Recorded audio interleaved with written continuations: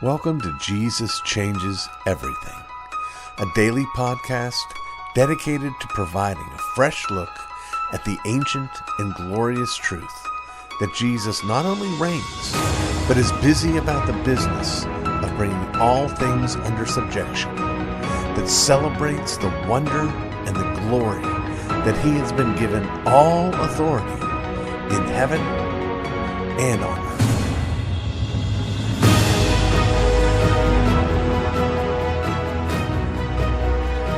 It's time once again for another one of our Sacred Marriage segments, and as always, I'm delighted to embrace and have my wife with me for this particular segment. She's making silly faces at me, trying to get me to break character, but I just am too strong in my character to be broken. Too strong. Last time we were together, sweetheart, we talked about this wonderful piece that you wrote that by the way, is still probably pinned at rc-lisa Sproul at Facebook, if anybody would like to read that. But today, I thought we would talk about, I think, a common struggle in marriages that probably doesn't get enough instruction on how to deal with that particular struggle. And that's, we know that in a marriage we've got two sinners. And that also means we have two people who are sinned against. Mm-hmm. And when you're sinned against by your spouse, it makes it very difficult to trust your spouse, to go to your spouse. And that opens the door to this temptation to go to others. I've noticed something. Maybe you've noticed this too. It actually is written about in the Bible. If I talk to somebody, it doesn't matter who it is. If I talk to somebody, and I tell them about someone who's wronged me, or at least my perception of being wronged, they will have a strong inclination to side with me. Mm-hmm. And not because of me. I mean, it's true for everybody. That the person who is laying out, hey, I've been wronged this way, generally gets the benefit of the doubt. Yeah. And so when you feel wronged and you're by your spouse, the temptation is to go tell somebody else about it. Yeah.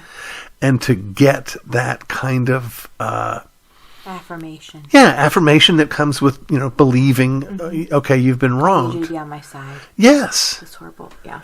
And what's funny, maybe I don't want to say it's funny, but what often happens, by the way, one of the hardships, there's lots of hardships that come out of this, but one of them is oftentimes you get to the place where you're able to forgive, but the other person isn't. Well, and that's what we talk about carrying offense. Yes. I mean, when it didn't happen to you, that person can't forgive because it didn't happen to them. Yeah. They're just carrying them in. Exactly. So that temptation is real. I remember succumbing to that temptation before we were married. I had said something that blamed you for something, and you didn't like it. I don't remember it. Well, that's good. But you let me know, and I made a vow. I thought, I'm not doing this. I am not doing this again. There's no reason. There is no reason listen carefully. There is no reason for me to ever say a negative word about you to anyone. Mm-hmm. It doesn't mean that there aren't true negative things I could say. I think I remember who it was, but I think that person was already encouraging you to be able to, maybe so. But, never, there's no reason, no good reason whatsoever for me to talk to anybody and say anything bad about you. If I'm concerned enough about something. And by the way, again, because I'm a sinner, I may have complaints that are completely invalid. But if I haven't, I go to you. Mm-hmm. Nobody else.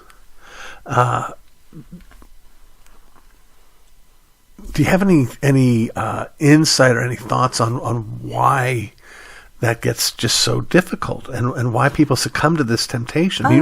We have... Well, some people just are messy and they talk. Okay, that's probably really true. Right. Yeah. I also think... I never think it's a good thing to bash your spouse, but I do think so many women, including myself, I've been a part of that too, where I'm like, I just got to get this off my chest. And it's not a haters club. It's just, am I seeing this from the right perspective? And the reality is, I should be asking you if I'm seeing it. But if you're not seeing it with the right perspective and it's about you, then we're in a big heap of trouble. Well, we are, but again, the odds are when you go to someone else and you give them your story, they're going to side with you. Yeah.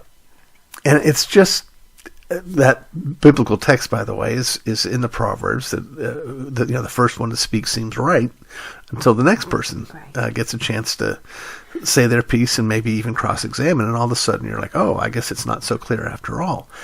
And I just... Well, let me say that in a marriage, you and I, any marriage, you signed up to be a best friend. Yes. And best friends don't betray each other. No. We all have sloppy behaviors. And I think that when we're aware of them, we need to rein that in. Yeah. I also think that a lot of marital problems would probably cease to exist if the husband and wife had clear communication. Right. And had boundaries within their marriage where they weren't reaching out. I mean, if there was a serious problem and need, that they were seeing a professional counselor. Mm-hmm. But without seeing or speaking to especially the opposite sex. Right. Number one. And number two, complaining so someone will feel sorry for you. Yeah, we have a whole victimized culture out there that's who are just loving. Yes. Who are victims and want to just celebrate what a victim you are. Yeah, and and not only is when you talk to that friend, mm-hmm. is the person just inclined to believe your perspective on things, but they also are provided with the opportunity to sympathize and all the positive feelings that they get when they do that. Whereas if the temptation is, either A, maybe you should be talking to your spouse about this instead of me, or B, I don't know if what you're telling me is true. Yeah, it could be the other. You could be. No one wants to say that. Right. So I think there's in fact, the other day, on a previous segment, we were talking about some of the hardships that pastors go through. And I didn't get a chance to say what I wanted to say, that one of the things that I think is really hard for pastors in our day is everybody is more than willing to complain about ear-tickling pastors. But very few people are willing to acknowledge that the reason ear-tickling pastors have ears to tickle is because sheep like having their ears tickled. That is, there's blame on both sides here. There's pastors who are not leading well, and there's sheep who are not following well, mm-hmm. and who want to be entertained. Mm-hmm. And again, I think in this situation, it's a similar thing in that not only do you need to be careful not to speak ill of your spouse to other people, you need to be careful not to let other people speak ill of their spouse to you. That makes sense?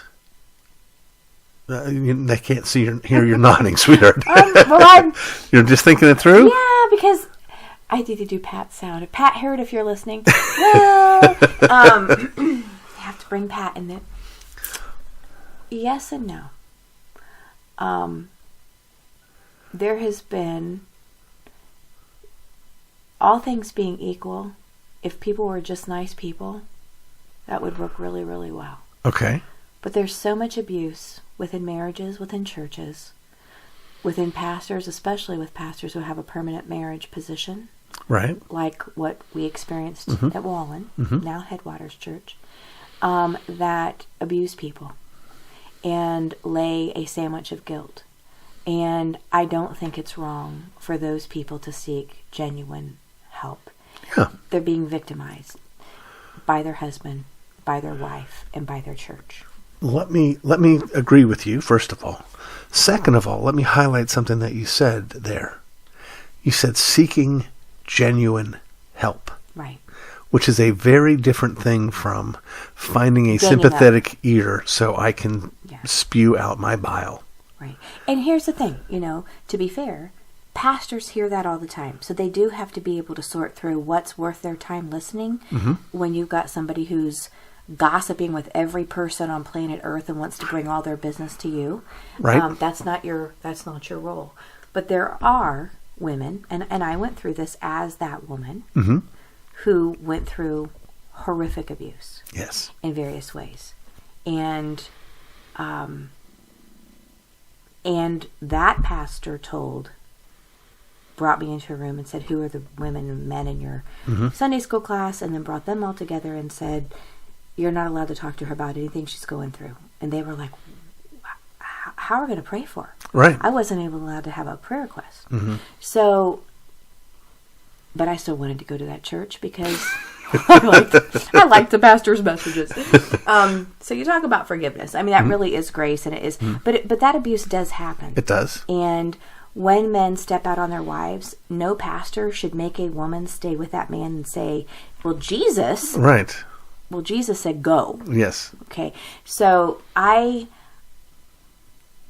think there are safeguards in places for healthy churches that when a woman or a man does need to reach out and speak, it should be in confidence. Yes. It should not be over at Buffalo Wild Wings over a pitcher of beer. Right. That there is a health restriction within what they're doing. Yeah.